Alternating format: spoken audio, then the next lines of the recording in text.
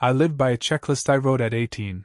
I checked every box: college, career, family. Everything looked perfect, and still I felt empty. Then one day I lost the list, and I had to choose without a plan. That is when my life finally started. Evan Cole was the kind of person who loved clean lines, he loved neat boxes, he loved a simple answer. When he was 18, he bought a cheap notebook. He wrote a title in block letters, The List.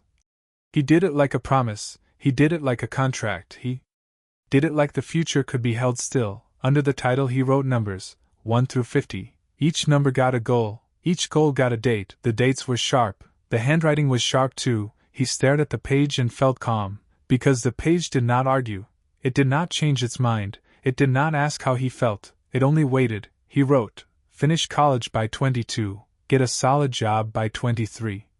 Move to a better place by 24, save a set amount by 25, meet the right person by 26, get married by 28, buy a home by 30, have a child by 31, get promoted by 32, travel twice a year, read one book a week, keep a clean kitchen, call mom every Sunday. He filled the rest with habits, with milestones, with tidy dreams, and when he finished he leaned back. He smiled like someone who had solved the puzzle. His friend Mason Price saw it and laughed. Not mean, just amazed, he said. Man, you made life into a checklist. Evan nodded, proud. He said, why not? Mason said, because life is not a grocery run. Evan tapped the notebook. He said, it can be, if you plan it. That night Evan put the notebook in his drawer. He set an alarm for the morning. He felt grown up, he felt protected. Years later he would remember that feeling. Like standing under a roof while rain hits the street, safe, dry, separate. He would remember it when the roof finally vanished. But for a long time the roof stayed, because he fed it, because he believed in it. Because he woke up and asked the same question, what is next on the list? And the list always answered. He studied hard, he joined the right clubs, he shook the right hands, he chose classes that sounded practical, he said no to late nights, he said no to detours, he said no to anything that could not be measured. Sometimes he watched other students lying in grass, laughing for no reason. He told himself they were wasting time. He told himself he was building something, and in a way he was building a path so straight that he could walk it with his eyes closed, and he did, step after step, check after check, and every time he crossed out a goal he felt a small click inside, like a lock turning, like proof that he was doing it right. Still, at the edge of that click, there was something quiet, something he did not name, a tiny pause, a tiny question, a tiny space where joy should have been. He covered it with motion. He covered it with progress, he covered it with the next item. Because the list did not mention joy, it mentioned success, it mentioned stability, it mentioned being a person others could point to and say, see, that is how you do it. And Evan wanted that. He wanted it so much that he never asked what it would feel like to live it, he only asked how to achieve it. And the notebook waited in the drawer, and the years began to stack like neat papers, and Evan kept walking, calm, focused.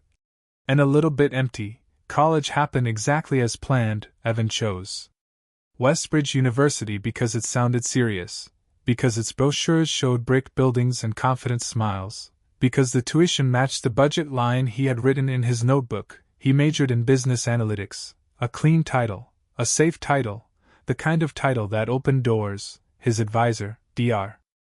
Helen Mercer, told him he had a strong future. She said, you are disciplined. Evan loved that word, disciplined. It sounded like a compliment and a shield. He built routines, morning jog at 6, breakfast at 6:30, study block at 7, classes, internship applications, networking events. He treated friendships like calendar items, 2 hours on Friday night, no more. He treated fun like dessert, small, controlled, never messy. His roommate Riley Hart was the opposite. Riley played guitar in the kitchen. Riley made pancakes at midnight. Riley talked to strangers like they were old friends. Riley said yes to random road trips. Evan said no. Riley said, you can say yes sometimes. Evan said later, after graduation. Riley said, later is not a place you can live. Evan smiled politely. He returned to his laptop. Sometimes, late at night, when the campus got quiet, Evan looked out the window and felt a strange ache. He could hear distant laughter. He could hear a car door slam. He could hear music that sounded warm. He told himself that warmth was a distraction. He told himself that warmth did not pay rent. He underlined goals, he tracked grades, he collected achievements like badges, Dean's List, Honor Society, internship at a finance firm downtown. He crossed out, finished college by 22, right on time. He held his diploma. He posed for photos with his mother, Diane Cole. She cried with happiness. She said, "I am so proud of you." Evan hugged her. He said, "Thank you." He felt the click inside again, the lock turning, proof, and still, after the ceremony, when the crowd drifted away and the sunlight softened, he felt the quiet question return. He watched a group of graduates throw their caps in the air. They screamed like they were free. Evan did not scream. He checked his phone. He looked at the next line. Get a solid job by 23. He had 3 interviews scheduled. He felt prepared.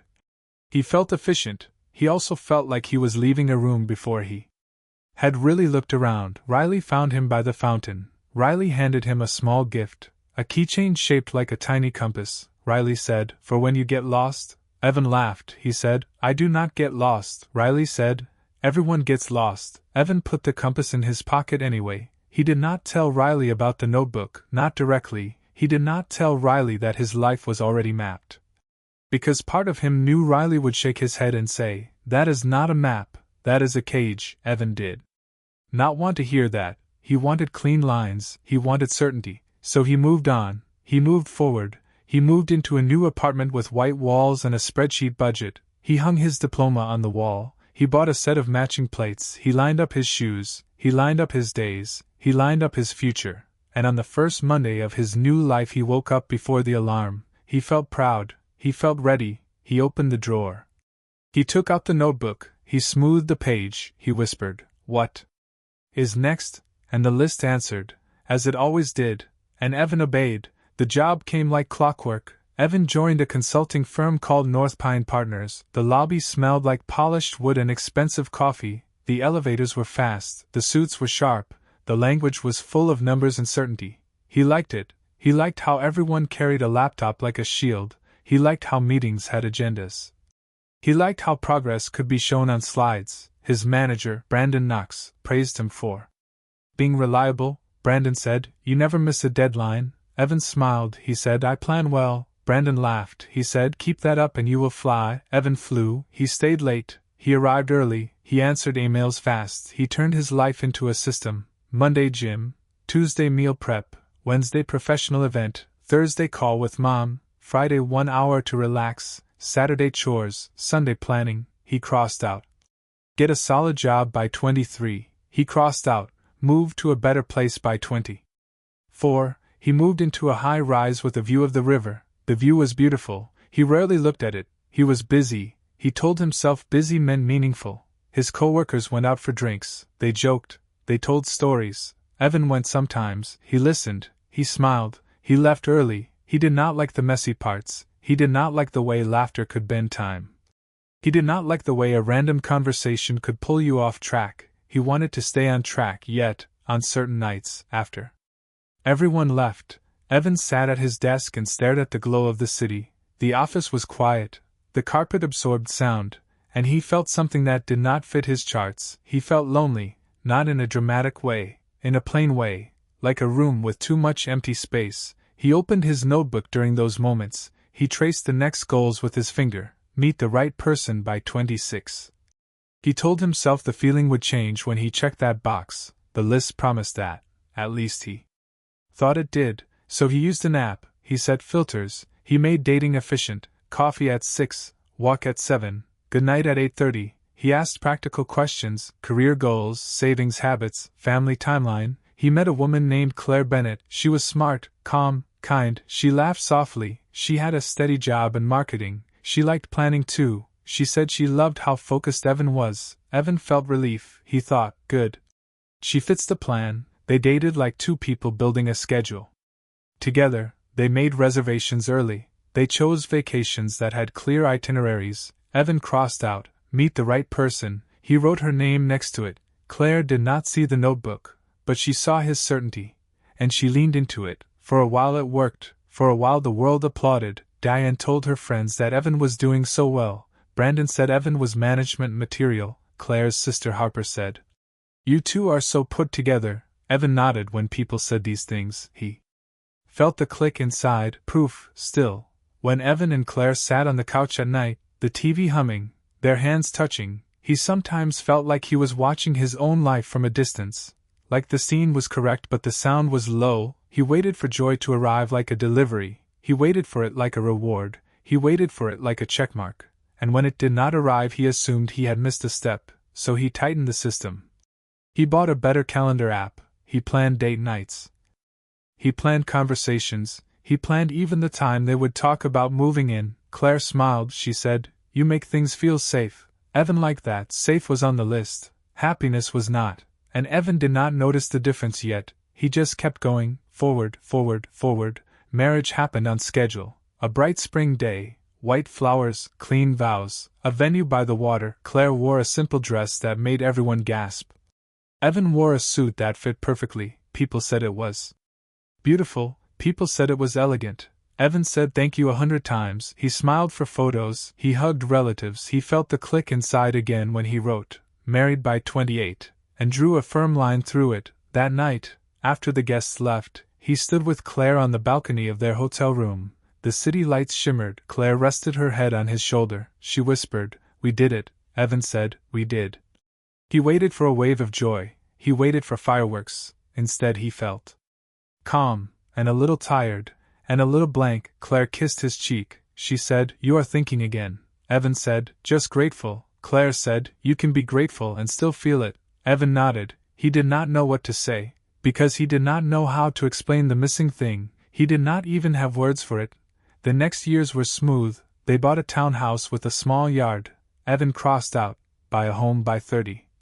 They painted the walls warm colors. Claire planted herbs in pots. Evan installed smart lights. They hosted dinners. They posted photos. The comments said goals. The word goals followed them like a shadow. Then came their son, Noah Cole. A small bundle, soft hair, tiny hands. Claire cried again. Evan held Noah and felt something new, something real. It was not a click. It was a swell. It was warm. It scared him a little because it did not fit into a box. But he liked it. He wrote, "Have a child by 31. And he crossed it out, and for a moment he believed. This is it. The joy is here. Yet life with a child was not a chart. It was loud. It was unpredictable. It was a spilled cup at the worst time. It was a fever at midnight. It was a laugh that arrived like sunlight through a crack. Evan tried to organize it. He made feeding schedules. He made sleep charts. He tracked everything. Claire teased him gently. She said, "You cannot spreadsheet a baby." Evan smiled. But he kept trying. Because trying made him feel in control, and control made him feel safe. And safe was his North Star, even more than love, even more than laughter. Still, Noah grew. Noah learned to walk. Noah ran toward Evan when Evan came home, yelling, "Dad, Dad." Evan felt that warm swell again, and he loved it. He truly loved it. But after Noah went to bed, after the dishes were done, after the lights were off, Evan sometimes sat alone and stared at his notebook. Now the list was mostly crossed out. Thick black lines, so many successes, so much proof, and yet the emptiness did not leave. It hovered, like a quiet fog. He did not tell Claire, not at first, because he did not want to sound ungrateful. He did not want to break the story everyone loved, the story that said, "Do the right steps and you will be happy." Evan had done the steps, so if he was not happy then something